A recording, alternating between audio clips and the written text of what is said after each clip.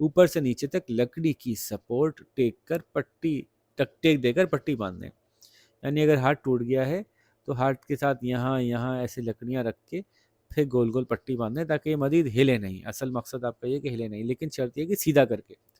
اگر ایسے ہڈی ٹوٹی تھی اور دوسری ہڈی ادھر نکلی ہوئی تھی تو آپ نے ان دونوں ہڈیوں کو آپس میں نہیں بٹھایا، یہیں باندھ دیا، تو یہ تو تکلیف بہت بڑھ جائے گی اور ہڈی یہیں جڑنا شروع ہو جائے گی، جو کہ بہت خطرناک بات ہے. تو ہاتھ کو سیدھا کرنا بھی ایک شرط ہوتی ہے. تو یہ بھی ایک ٹیکنیکل کام ہے. اگر آپ نہیں کر سکتے تو کسی سے کروائیں.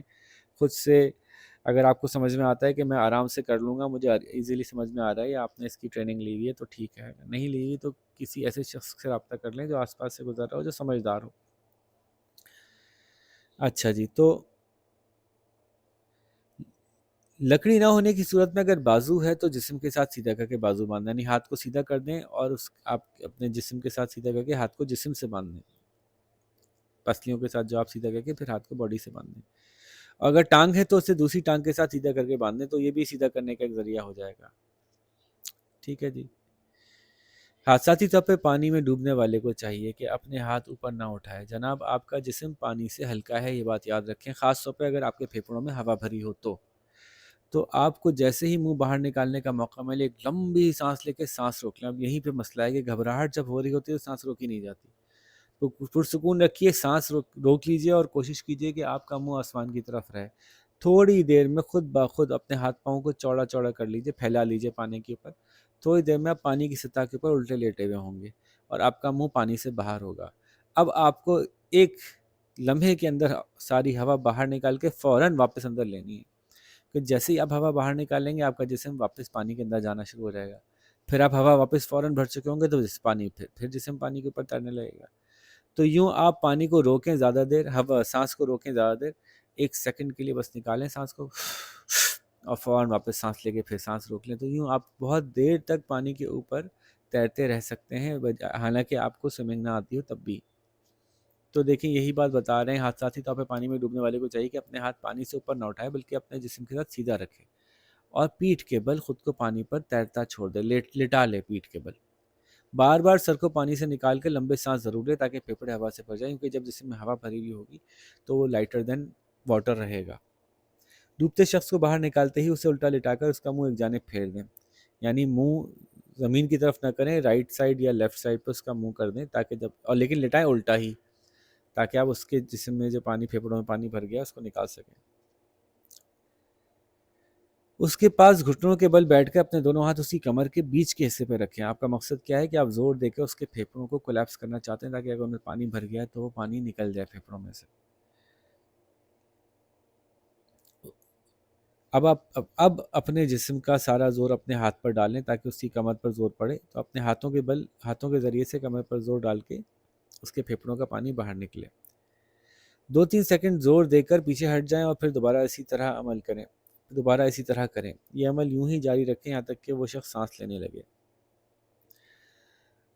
اگر کسی کے جسم یا لباس میں آگ لگ جائے تو اسے کہیں کہ وہ فوری طور پر زمین پر لیٹ کر لوٹے، کیونکہ آگ تب بجھے گی جب آگ کو آکسیجن ملنا کم ہوگی.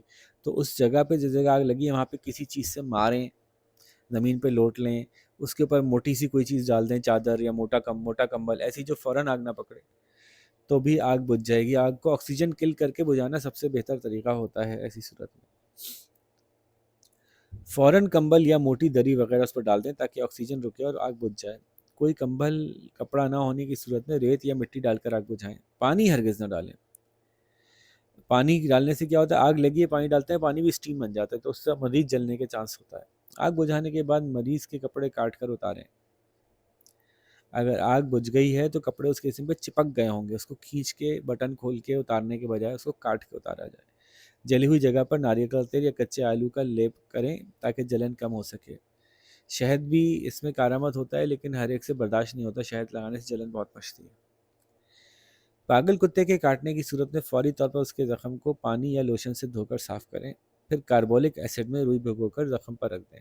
اگر کاربولک ایسڈ نہ ملے تو کوئی لوہا وغیرہ گرم کر کے اس سے زخم کی جگہ کو داغ دیں، پھر مریض کو اسپتال پہنچا کر انجیکشن لگوائیں.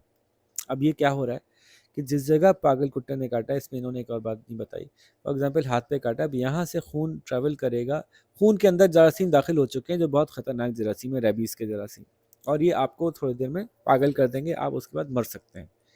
ہر صورت ان جراثیم کو آپ کو اپنے دل کی طرف جانے سے اور دماغ کی طرف جانے سے روکنا ہے، تو اس جگہ پٹی بھی باندھنا ہے جہاں سے فار ایگزامپل یہ آپ کا ہاتھ ہے اور ہاتھ پہ کاٹا ہے، تو پھر ہاتھ سے اوپر کی طرف جانے والے ایریا کو کس کے باندھ دیں تاکہ یہاں سے اوپر خون ٹریول نہ کرے۔ یعنی ہم کہتے ہیں کہ ہاتھ کٹ جائے، ہاتھ خراب ہو جائے، لیکن بندہ نہ مرے، تو جس جگہ بھی کاٹے اس جگہ کو کس کے باندھ دیں۔ اور اب اس جگہ سے جراثیم آگے نہ پھیلیں، اس کو کسی نہ کسی تیز قسم کے اینٹی سیپٹک سے آپ کو صاف کرنا ہے۔ اگر اینٹی سیپٹک نہیں مل رہا تو اتنا خطرناک ہے یہ ریبیز کا جراثیم کہ اس زخم کو کل کرنا بڑا ضروری ہے، زخم کے بیکٹیریا کو کل کرنا بہت ضروری ہے۔ تو اس کو کل کرنے کے لیے آپ کو ایک آپشن یہ بھی ہے کہ جلا دیں اس جگہ کو۔ اب جلانے کے لیے کیا کرتے ہیں کہ کوئی چیز گرم کریں اور گرم کر کے یہاں پہ چپکا دیں، تو اس سے کھال چل جائے گی یہاں کی، لیکن کم از کم اس سے وہاں کا وائرس یا بیکٹیریا جو بھی لگا ہے وہ مر جائے گا۔ ورنہ تو اینٹی سیپٹک جو بھی دوائیں آپ کے پاس موجود ہیں وہ بھی یوز کر سکتے ہیں، لیکن اس میں ہر صورت مریض کو جلد از جلد ہسپتال پہنچایا جاتا ہے۔ ایک چھوٹی سی مثال میں ایک بات اور بھی ایڈ کر دوں، لوگ اس کا خیال نہیں رکھتے، جب کسی کتے نے کاٹا ہو تو کتے کو ہی پکڑنا ضروری ہوتا ہے، وہ اس لیے کہ کتے کو اگر پکڑ کے پہنچا دیا جائے، ہسپتال والے اس کا ٹیسٹ کر کے بتاتے ہیں کہ یہ پاگل ہے یا پاگل نہیں ہے۔ اگر کتا پاگل نہیں ہے تو آپ کو 14 انجیکشن بھی نہیں لگیں گے، آپ کو اتنا سارا مسئلہ نہیں کرنا پڑے گا، کیونکہ وہ انجیکشن ہوتے ہی بہت تکلیف دہ ہیں جو ریبیز کے انجیکشن ہیں۔ اور اگر وہ کتا پاگل تھا تو لوگ اس کو ایک تو تلف کر دیں گے، اس کو مار دیں گے، دوسرا ہے کہ پتہ چل جائے گا پاگل تھا تو پھر آپ یقینی طور پہ ریبیز کے انجیکشن لگوا رہے ہوں گے، تو یہ کام اکثر لوگ نہیں کرتے۔ تو یوں پاگل کتے کو اگر کتے کو ہاسپٹل لے جائیں گے تو اس سے بھی آپ کو کچھ بہتر فیصلہ کرنے میں آسانی ہوگی۔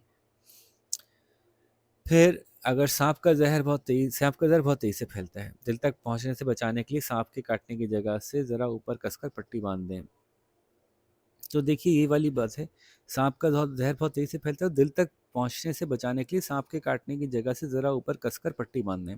ہاتھ پہ کاٹا ہے تو ہاتھ کے اوپر، ٹانگ پہ کاٹا ہے تو ٹانگ کے اوپر، ایسے پٹی باندھنے کہ جب دل کی طرف خون جا رہا ہے وہ جانا رک جائے، کس کے باندھنے، اور جس جگہ پٹی باندھی اس سے تھوڑا سا اوپر اور کس کے پٹی باندھنے۔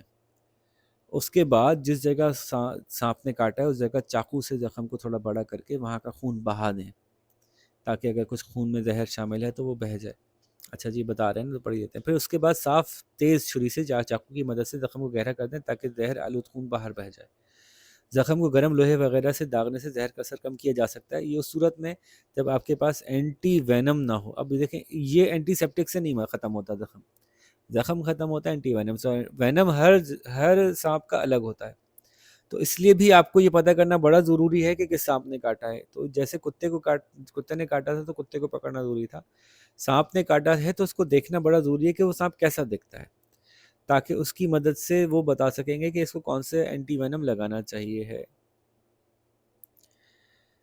اگر لائل دوائی مل جائے تو فوراً زخم میں بھر دیں اور مریض کو جلد از جلد ہسپتال پہنچانے کی کوشش کریں۔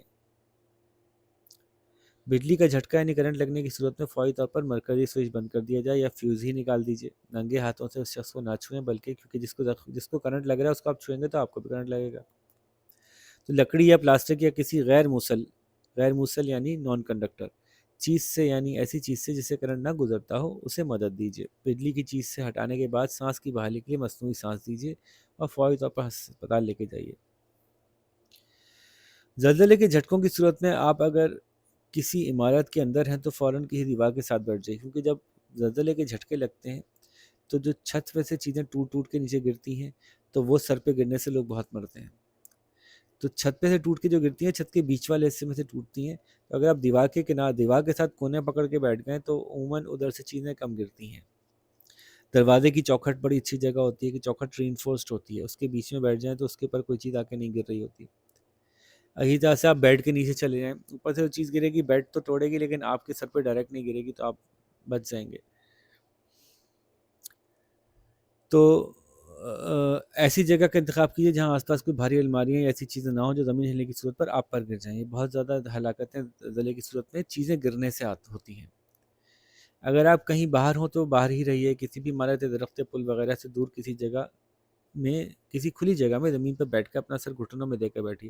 گھٹنوں میں دینے کا مقصد یہ ہوتا ہے کہ آپ کا اگر آپ گریں تو آپ کے سر پہ چوٹ نہ لگے.